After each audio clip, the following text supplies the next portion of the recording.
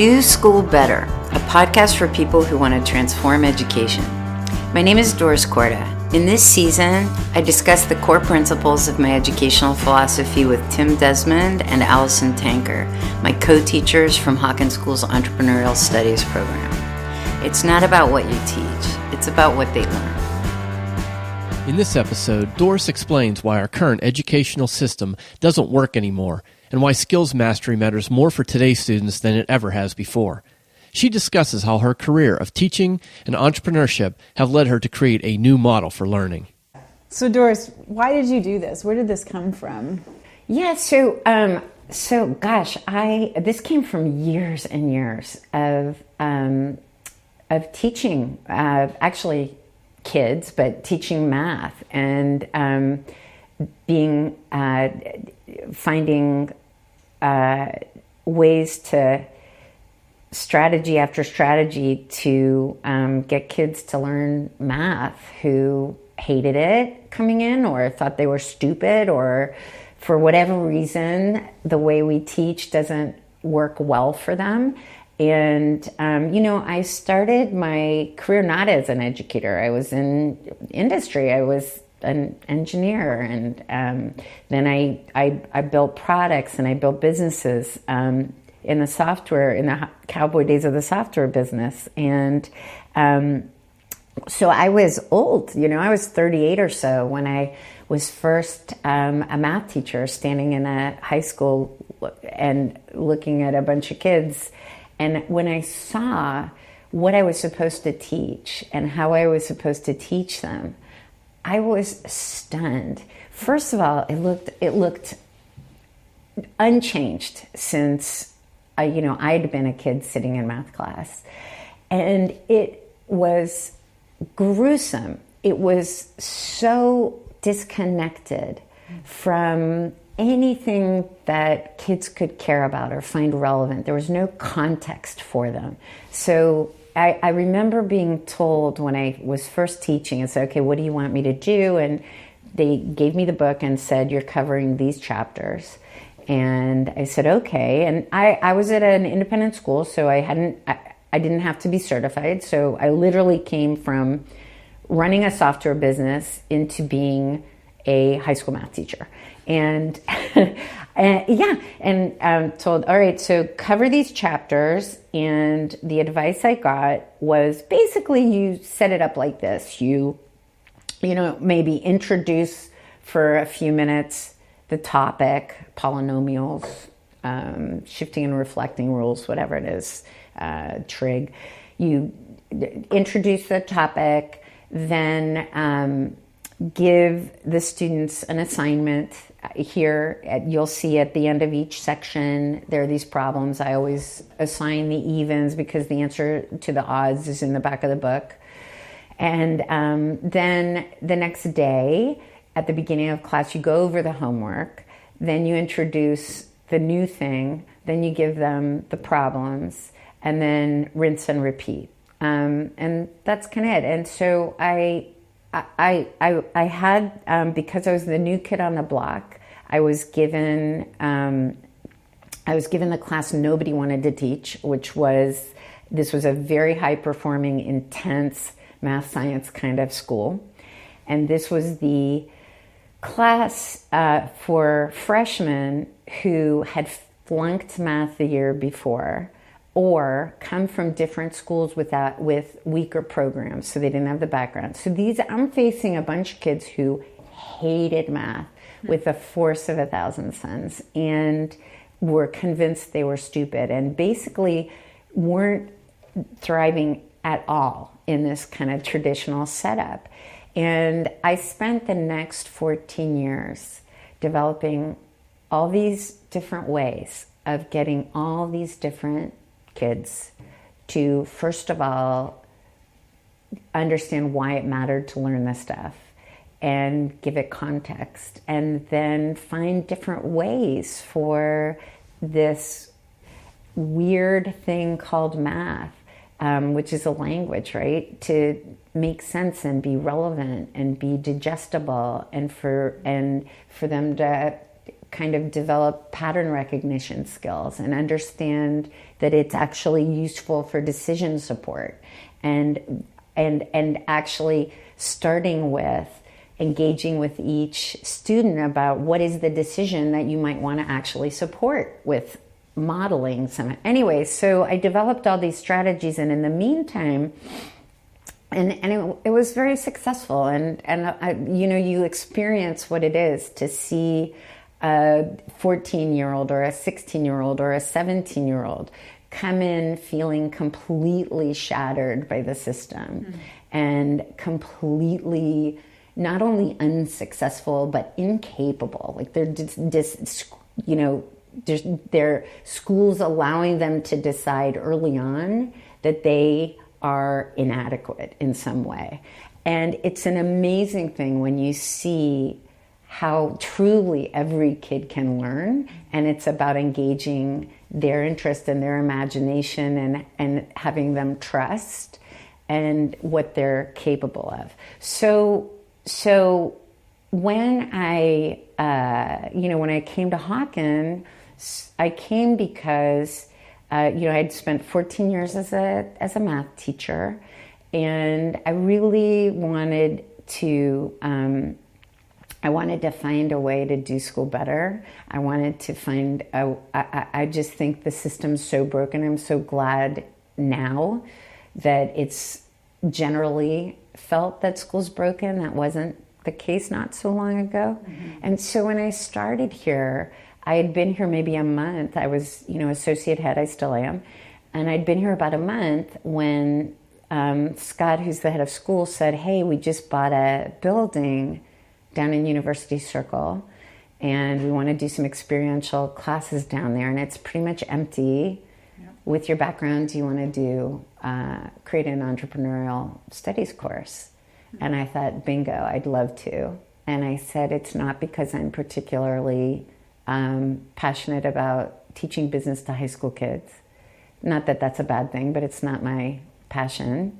But I wanted to create a class where students learn entirely by working on real problems and build something that is a very different model. And so all the stuff that I did and developed and learned in my 14 years of teaching math, I'm now, I put into this thing. So that's kind of... It's amazing to see kind of your trajectory through this space, and that you're now working with a school that's allowed you to develop something that you are passionate about. Yeah. Can you speak a bit more about that transition from working as an engineer into the education space and starting to pursue a passion in that world? Yeah, so in education, it's interesting the way you worded that, because I think they are so connected, right? So one of the things that was really crazy exciting about those cowboy days of the software and high tech industry is that it was so unformed. It was the most incredible space for creativity. It really was, because it was brand new. Everything was brand new. Right. And so when I was in that world, it was filled with mostly engineers and a lot of tech talk. And this was before, we had our iPhones lit, it was before even, the Apple computer was the big deal that came. So I learned so much in those years about how I learned so much about how to, it's funny, I always define entrepreneurship as turning ideas into successful realities. I kind of learned a lot about that. And so when I came in to teaching and to school, and I knew the sort of skills and processes that really were so important and powerful in industry and out in the world. And I came into school and I saw these amazingly wonderful, talented, eager kids being force-fed stuff to memorize and spit back.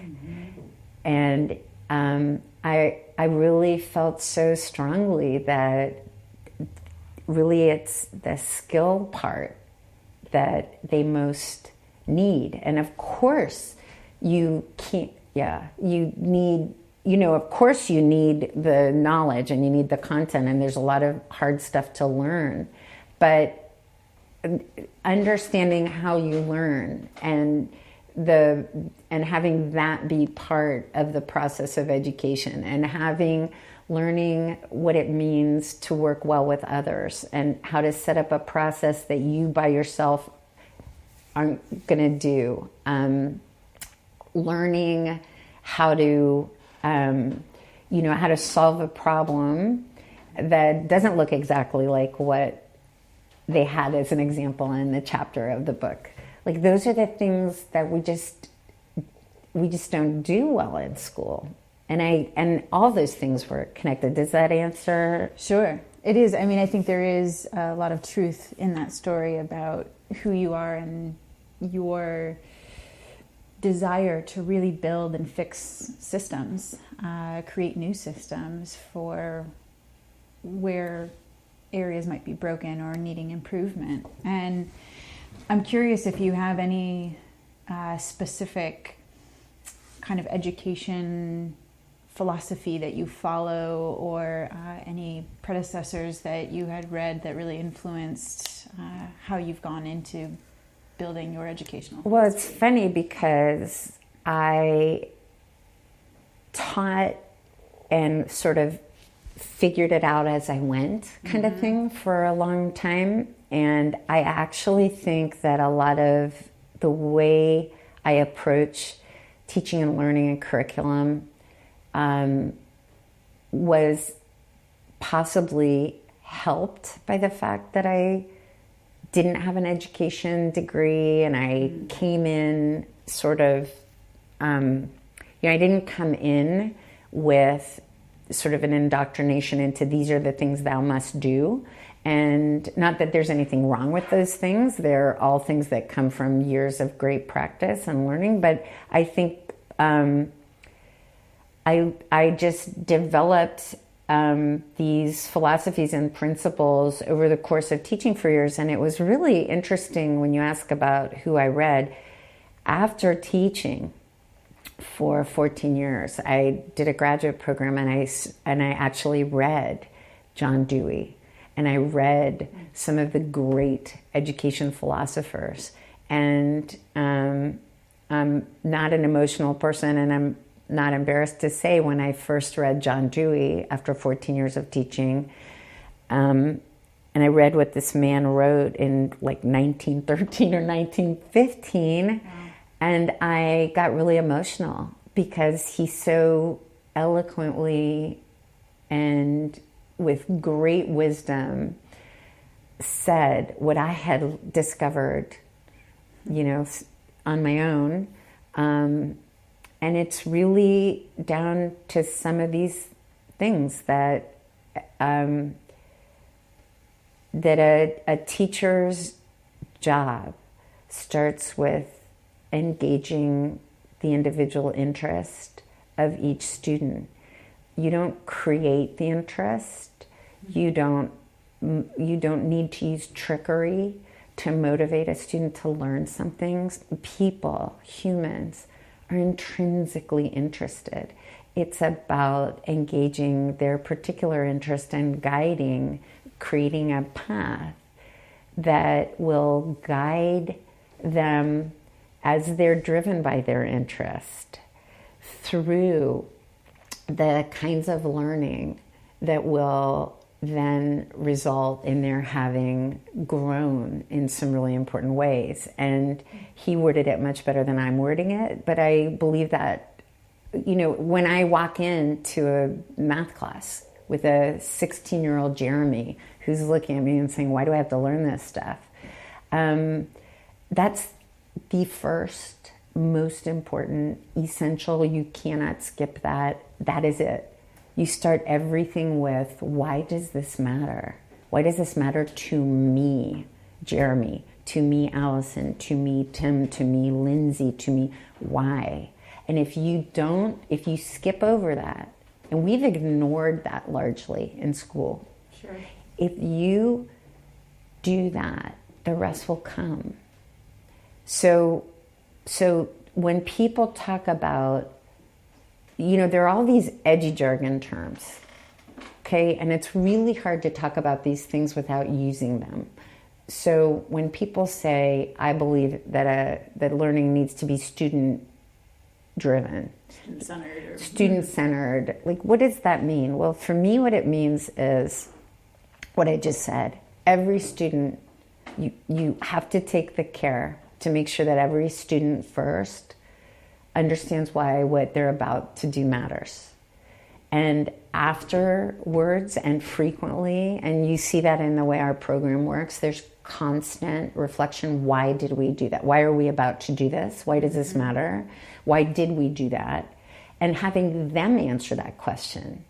Like, why does it matter to you that we're about to do this? Mm-hmm. Having Allison answer that question.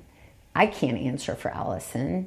Allison needs to answer for Allison. And then after Allison's done whatever we've done, saying, Allison, why did it matter that you did that? Mm-hmm. I mean, that's such a simple thing, but it's constant in our program, in our classes.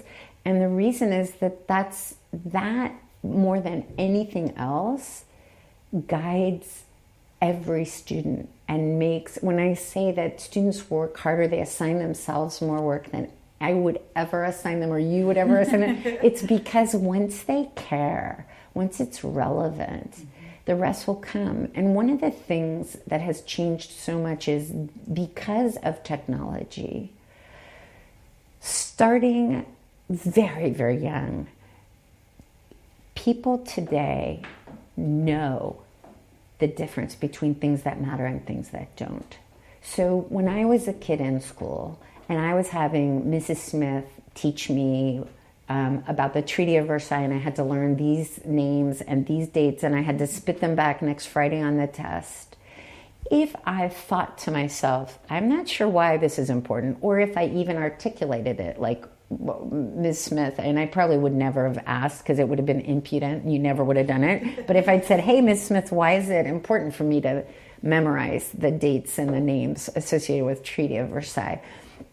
Ms. Smith would have given me an answer, and I would have just trusted that yes, that makes sense. I believe it matters. And I never would have asked her. And I just assumed that it must be important for me one day to know this.